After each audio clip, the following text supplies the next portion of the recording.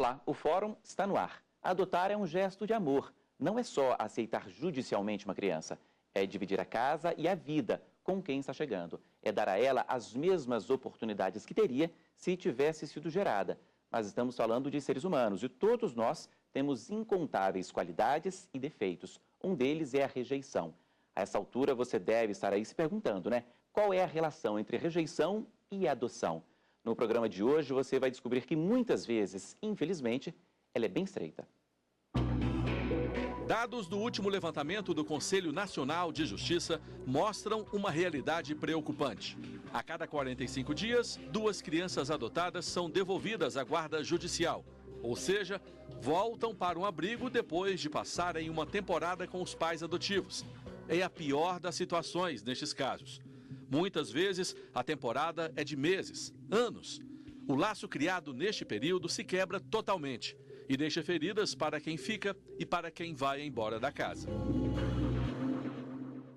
O Fórum de hoje vai falar o que acontece depois que uma criança é devolvida. Essa possibilidade está prevista em lei? Os pais podem ser denunciados? E a saúde psicológica dessa criança? São dúvidas que a gente vai esclarecer hoje.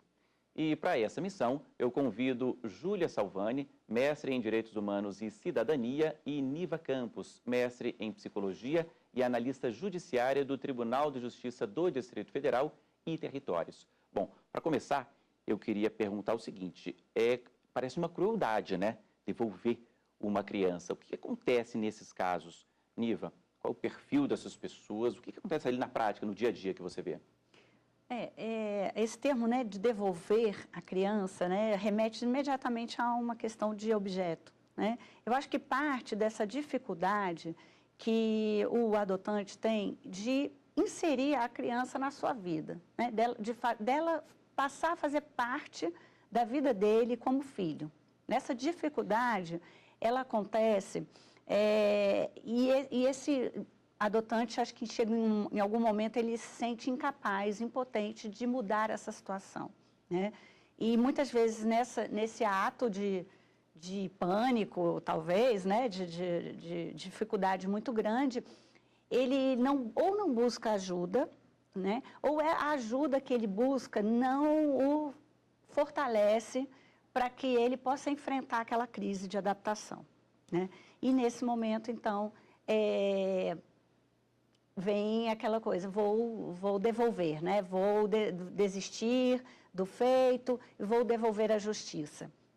Isso é um fracasso mesmo dessa inserção dessa criança na família, porque ela não foi aceita como filho. Porque filho você não devolve, você vai devolver para onde, né? Se é seu filho, você o assume com toda a sua integridade, com toda a dificuldade que está acontecendo, e você vai tentar superar as dificuldades. Não é que você vai aceitar as dificuldades, mas você vai tentar formas de superar aquelas dificuldades.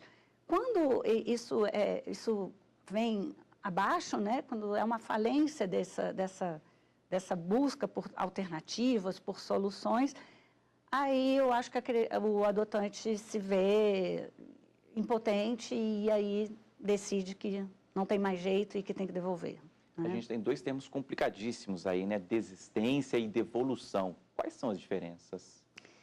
Então, a desistência, ela cabe quando... cabe assim, em termos juridicamente falando, né? Ela cabe quando você ainda está durante o processo tramitando de adoção, em que se é o requerente, né? Você está requerendo a adoção e em algum momento, então, você pode desistir do feito, né? Isso não é sem consequências, tá? Tanto jurídicas, podem haver consequências jurídicas, como certamente haverá consequências emocionais, tanto para quem era o autor da ação, como para a criança ou adolescente que está sendo desistido, né? Que está sendo devolvido. E o Ministério Público pode ingressar com alguma ação de perdas e danos morais, enfim, e esse adotante vir a ser obrigado, né, a ressarcir de alguma forma aqueles danos causados. Quando a adoção já foi deferida, já foi dada a sentença, ela não tem como desistir porque ela é irrevogável. Então, essa pessoa vai responder a um processo por abandono, por negligência, né? Então, ela vai ser ré, tanto numa ação de destituição do poder familiar, que pode ser impetrada pelo Ministério Público, como também o Ministério Público pode ingressar com ação de danos morais, perdas e danos. E, nesses casos, a Justiça tem sim condenado as pessoas que, depois de uma adoção, né, feita, venham a desistir dessa criança, venham a abandonar essa criança numa instituição, enfim, né, são situações que a gente tem observado. E quais são as consequências para essa criança ou esse adolescente, Júlia? Então, como são crianças e adolescentes que já têm um histórico muito frágil, né, de muitas violações, tem um histórico de abandono, quando ocorre uma desistência ou uma devolução, essas crianças são revitimizadas, elas revivem o abandono, né? É mais uma vez passar por esse sofrimento, revisitar esse trauma, reatualizar isso. Isso é muito difícil, isso tem consequências que precisam ser constantemente trabalhadas, né? Voltar para uma instituição de acolhimento é retornar para um lugar de muita dor.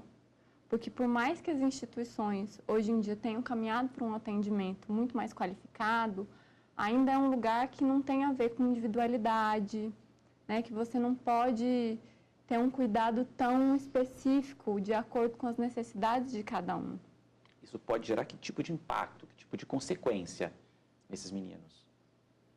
São tantas as consequências, né, para a gente falar. Então, a gente tem crianças que... As crianças que vêm do acolhimento, elas geralmente têm uma síndrome do apego, assim, né? Uma necessidade de provar que elas são capazes de receber amor. Então, elas se apegam na hora. E aí, passado um tempo, elas tentam testar esse apego. Então, elas transgridem, elas testam, elas impõem dificuldades para essa relação para ver até que ponto o outro vai sustentar isso. E eu acho que isso é um tema muito importante, porque fala também da necessidade do adotante e da criança que vai ser adotada passar por um processo de preparação, né? Porque quando a gente começa aqui a conversa, a Niva fala dessa questão das desistências e da devolução terem a ver com não sustentar esse lugar, de ficar muito difícil, porque envolvem expectativas de todos os lados, né? Então, envolve um desejo da família que vai adotar e um desejo da criança que vai ser adotada. E nosso desejo nem sempre corresponde com a realidade, né? É uma idealização muito grande. E aí, olha que peso para essa criança, para esse adolescente, corresponder a todos os sonhos de uma família. E essa família não está preparada, não tem um grupo de apoio que pode falar, olha, não é bem assim, mas vamos trabalhar esse desejo, vamos ver o que está acontecendo. Agora, ali no dia a dia, Niva, não sei se isso é comum, se a gente tem dados aqui para passar para as pessoas, o que acontece? Que pais são esses? Qual é o perfil? Quais são as situações pelas quais eles passam? O que acontece? A pessoa estabelece um perfil durante a sua preparação, durante o seu estudo psicossocial, e como esse perfil, em geral, é um perfil que vai demorar, vai haver um longo tempo de espera, a pessoa, às vezes, se afoba, né? E, diante de uma oportunidade, acaba indo para uma adoção que não era a adoção idealizada, que ela não tinha aquele perfil. E aí começam as testagens dos limites, né? A criança precisa testar o seu amor, né? Ela precisa saber se ela é capaz de ser amada sob qualquer hipótese, sob qualquer circunstância, né? Então, a criança começa a apresentar comportamentos e essa pessoa acaba não conseguindo sustentar essa relação e venha, por exemplo, a desistir. E o que a gente percebe? Muitas vezes, uma certa imaturidade dos adotantes, uma dificuldade de lidar com a rejeição da criança, que ela fatalmente vai ter, em algum momento ela vai ter que demonstrar, né? Nossas relações amorosas são ambivalentes, elas têm elementos de amor e de ódio, né? Então, essa criança vai, em algum momento, apresentar comportamentos que tem mais a ver com ódio do que com amor, né? E essa pessoa precisa então ter a maturidade suficiente para suportar aquela agressão ou aquele ódio da criança e transformar aquilo numa coisa positiva. Como às vezes o adulto não tem essa capacidade, ele é imaturo, isso aparece nessa hora. Outras questões que aparecem, a crise conjugal. A entrada de um terceiro numa relação vai modificar o funcionamento dessa casa, vai modificar o funcionamento do casal. E o acúmulo de tarefas também, o cansaço, né? As famílias se queixam do cansaço que é quando a chegada de um filho. E isso independente se o filho é biológico ou adotivo, o cansaço vai ser o mesmo. Parece que psiquicamente a gente passa por essas etapas também no filho adotivo, né? Essa entrada do filho dentro de você mesma para que se fortaleça essa relação. E esse é um processo árduo de conquista, diário. Então, a gente vê alguns elementos assim. E também a eclosão de alguns sintomas psiquiátricos. Isso tem aparecido em algumas dessas situações de devolução, de desistência, e tem nos chamado a atenção. A depressão parece ser um elemento de alerta. Então, essas famílias precisam de ajuda, e aí os grupos de apoio são fundamentais. O acompanhamento da equipe interprofissional das varas da infância também auxilia bastante nesse processo, né? E às vezes isso também não é suficiente, às vezes é necessário contratação de alguns serviços, como psicólogo particular, como psicólogo familiar, né? Como um psiquiatra, eventualmente, também, para alguma situação, né? Então, são elementos que têm nos chamado um pouco a atenção nesses casos. Vou pedir aqui um minutinho para as duas, a conversa é densa, né, hoje, e informativa também. E a gente faz uma rápida pausa, volta daqui a pouquinho com mais Fórum aqui. Até já.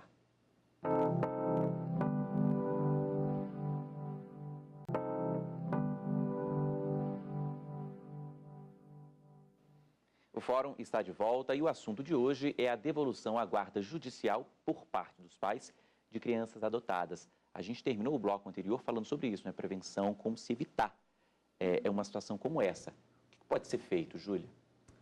Eu acho que é sempre importante a gente falar da preparação antes de se adotar, né? Quando você deseja adotar uma criança, já é obrigatório você fazer o curso preparatório da vara da infância. Mas, para além disso, para fazer um trabalho de olhar para suas motivações, para o que você deseja, é interessante procurar os grupos de apoio, né? Aqui no Distrito Federal, por exemplo, a gente tem o Aconchego, que é um grupo de apoio à convivência familiar e comunitária, que trabalha em algumas frentes. Então, tem alguns grupos que trabalham com a temática da adoção. Entre eles, o Encontros para Adoção, o Laços e o Adoção Tardia. Então, nesses grupos, no Encontro sobre Adoção, por exemplo, a pessoa que tem o desejo de adotar vai poder trabalhar um pouquinho essas questões, né? E sempre nessa perspectiva de estar em contato com outras famílias, com outras pessoas que também estão passando por isso, né? Então, olhar para a situação que o outro vive como uma maneira de não se ver sozinho nessa situação, né? De pensar, poxa, quais são as minhas motivações, o que eu desejo, o que me espera, né? Quem são as crianças, que filho é esse que vai chegar. Então, essa perspectiva de uma preparação continuada, né, de estar com o outro, é muito importante. Agora, a gente fala do aconchego aqui no Distrito Federal. Uhum. Nos outros estados, em outras cidades, existem grupos também como esse? Sim, existem grupos em todo o território nacional. E aí é interessante olhar o site da ANGAAD, que é a Associação Nacional dos Grupos de Apoio à Adoção. E aí tem todas as informações sobre qual é o grupo que está mais próximo de você. O que acontece com essa criança, com esse adolescente, Iva? Volta para o abrigo? No Distrito Federal, como a gente não tem um serviço de acolhimento familiar, né, ainda estruturado, normalmente a gente só pode contar com o acolhimento institucional, né? Então, no caso de um fracasso, né, nessa adoção, e essa criança vier a ter que retornar, né, para o sistema judiciário, essa criança vai ser colocada numa instituição de acolhimento, que pode ser a que ela já estava, como pode ser mais indicado ela ir para outra instituição. Existe também, às vezes, uma dificuldade de vagas, né? Então, as instituições, às vezes, também têm seus problemas de oferecer vaga. Então, é um quebra-cabeças a se resolver, né? Às vezes é indicado ele voltar para a mesma instituição e às vezes não é indicado voltar para a mesma instituição. Aí cada caso vai ter a sua particularidade, né? Agora, essa criança ou esse adolescente volta para a fila da adoção? Existe uma nova oportunidade? Sim, normalmente o cadastramento desse adotando, né, vai ser reativado. Às vezes é necessário dar um tempo, né, para elaborar esse insucesso, né, essa desistência, essa devolução, enfim, né. É necessário, às vezes, um trabalho psicológico sobre esse jovem ou essa criança. E é preciso dar um tempo, mas também não pode ser muito tempo, porque senão esse adolescente ou essa criança vai perder a oportunidade. Por quê? No nosso cadastro, o que acontece? A maior parte das famílias, em torno de 96%, quer de 0 a 3 anos de idade. E acima dessa idade, você diminui muito a quantidade de famílias que tenham interesse em acolher uma criança ou adolescente. Então, se essa criança ou adolescente está fora dessa faixa etária, acima dos 3 anos de idade, o tempo corre contra ela, né? Quanto mais tempo ela aguardar no cadastro para ser apresentada, menos famílias eu vou ter para apresentar essa criança, né? Agora, esse fracasso é consequência de algo bom? Por exemplo, as pessoas estão adotando mais, isso está aumentando no Brasil ou não tem relação com isso? Eu acho que existe uma procura considerável pela adoção, mas eu acho que é difícil a gente falar de um motivo só para o fracasso, né? Mas quando você pensa no que significa adotar, por que eu quero adotar e quem eu quero adotar, isso tem muito a ver com o que a Niva falava ainda agora, né? Sobre o perfil. Então, quando você vai fazer seu cadastro, você fala, eu quero adotar uma criança de 2 anos. Isso tem uma espera que você não sabe quanto tempo vai ser. É diferente de uma gestação, né? Que você espera ali 9 meses e você sabe que esse filho vai chegar. O filho adotivo, você não sabe quando ele vai chegar. Então, tem acontecido muitas mudanças de perfil. Em decorrência desse tempo de espera, por exemplo. Então, eu quero adotar um bebê, mas eu já me cadastro para uma criança de até 2 anos. E aí, passa um tempo, eu resolvo ampliar um pouco o meu perfil. E aí, esse meu desejo por um bebê continua ali, né? E quando chega essa criança mais velha, muitas vezes com irmãos, porque a nossa realidade diz disso, né? O meu desejo por um bebê está ali. Eu acho que muitas vezes o fracasso tem a ver com a gente não olhar para essas situações reais. E não olhar para o que está dentro da gente, para quais são os significados. Eu acho que tem uma coisa muito presente ainda na adoção, uma mística do eu vou salvar a vida dessa criança, né? Eu vou mudar a minha vida através disso. Não é só isso, existem muitas outras questões. Essas crianças, esses adolescentes têm histórias. Então, eu acho que o fracasso tem a ver, às vezes, com a gente se distanciar demais dessa realidade e não trabalhar o desejo e a situação da vida da criança e do adolescente que está ali. Você tocava nesse ponto, né, dos mitos da adoção. A gente tem outros, Niva, que as pessoas acham que é de uma forma e não tem nada a ver com isso? Normalmente é dito assim que a justiça é muito burocrática, né? Que a demora é porque a justiça é burocrática. Que a fila é longa. Que a fila é muito longa porque a justiça é burocrática. Sempre a culpa é da justiça burocrática. Mas, quando você vai ver os números, você consegue desmontar essa tese. Por quê? Se você tem... o que a lei diz? Que, em primeiro lugar, a criança deve permanecer na sua família biológica. O Estado não tem o papel, não deve ter o papel de tirar criança de família biológica, e sobretudo por questões econômicas. Isso está lá no Estatuto da Criança e do Adolescente. E isso é respeitado. Então, em primeiro lugar, vai se verificar a possibilidade dessa criança permanecer na sua família biológica. Se não for possível, aí essa criança vai para adoção. A adoção é uma medida excepcional. Está lá no Estatuto da Criança e do Adolescente. É uma medida excepcional.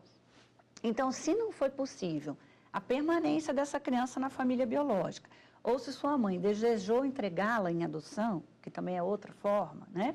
Não é o Estado tirando, é a mãe entregando em adoção, e isso também nem sempre é um processo tão simples assim, então poucas crianças que vão para adoção, né? E do outro lado, o que a gente tem? A gente tem uma sociedade que está deixando para se casar mais tarde, né? Está adiando a chegada dos filhos, né? Isso tem a ver com a nossa biologia, que a nossa fertilidade vai caindo. Então, são menos pessoas que estão gerando os seus filhos. Quando vão decidir ter os filhos, alguma coisa aconteceu, a biologia não ajuda, então então vou partir para os tratamentos de fertilização. Aí, às vezes, os casais chegam lá com 10 anos de tentativas de ter o seu filho biológico. Então, existe uma frustração muito grande. E vai buscar na adoção justamente esse filho que ele não gerou. E é muito difícil. Então, tem que haver do adotante um trabalho psíquico muito profundo. Ele tem que trabalhar com o seu sonho, com o seu desejo e com a realidade. Esses dois têm que estar dialogando. Como é que ele pode fazer isso? Somente através de um trabalho de preparação, porque ele não tem a menor noção da realidade. Ele acha que o Estado tem um monte de crianças para dar e não dá porque não quer. Não é assim, né? Então, ele precisa conhecer a realidade. Como que ele vai conhecer a realidade? Com os trabalhos de preparação, que são feitos pelas varas da infância, e nesses grupos de preparação também eles vão ter contato com essa realidade. E aí eles vão ter que começar a fazer esse trabalho de diálogo com o sonho, para saber se é possível ampliar ou não esse perfil, ou se ele assume que não vai ampliar o perfil e que vai esperar o tempo que for necessário, que cada vez mais, para um bebê, tem sido mais longo. Quando eu comecei a trabalhar na adoção, o tempo de espera por uma menina, um bebê menino, era 2 anos. Isso foi em 99, tá? O tempo de espera para um menino era de 1 ano. Hoje em dia, se uma pessoa quer um bebê, independente do sexo, ela vai esperar entre 4 e 5 anos. Essa é a realidade dos números atuais, né? E é isso, a pessoa vai ter que reconhecer essa impotência, né? E dentro dessa impotência, qual é a potência que eu tenho? Quais são as possibilidades que eu tenho? Né? É como se fosse um choque de realidade. É um choque de realidade. Isso. Essa preparação é fundamental. Eu acredito. Todo mundo tem que passar por essa. Eu acredito. Fundamental. Olhar para o seu desejo, né? O que você espera disso, né? E no caso de você passar por tudo isso, quando você está recebendo essa criança, olha para ela, escuta o que ela está te dizendo, né? A Nívia falou uma coisa muito importante no outro bloco, né? Que as nossas relações são ambivalentes, né? E todas elas existe muito de amor, existe muito de ódio numa relação familiar. E poder se preparar para sustentar isso e ouvir o que isso quer dizer. Eu acho que isso é fundamental, entender que a história dessas crianças vem, como os termos são esses, né? Excepcional. O afastamento do convívio familiar é excepcional, extraordinário, é a última medida. Então, quando você chega no excepcional, é porque você tem toda uma história aí. E aí tem que se preparar para isso. E Júlia, muito obrigado pela sua participação, pela presença aqui hoje. Eu que agradeço. Nívia, muito obrigado também. Obrigada. Bom, eu agradeço também a você que nos acompanhou aqui no Fórum hoje. Para rever este nosso programa e outros, acesse aí tvjustiça.jus.br. E para entrar em contato com a gente, mande um e-mail. O endereço é forum@stf.jus.br. E até a próxima. Tchau.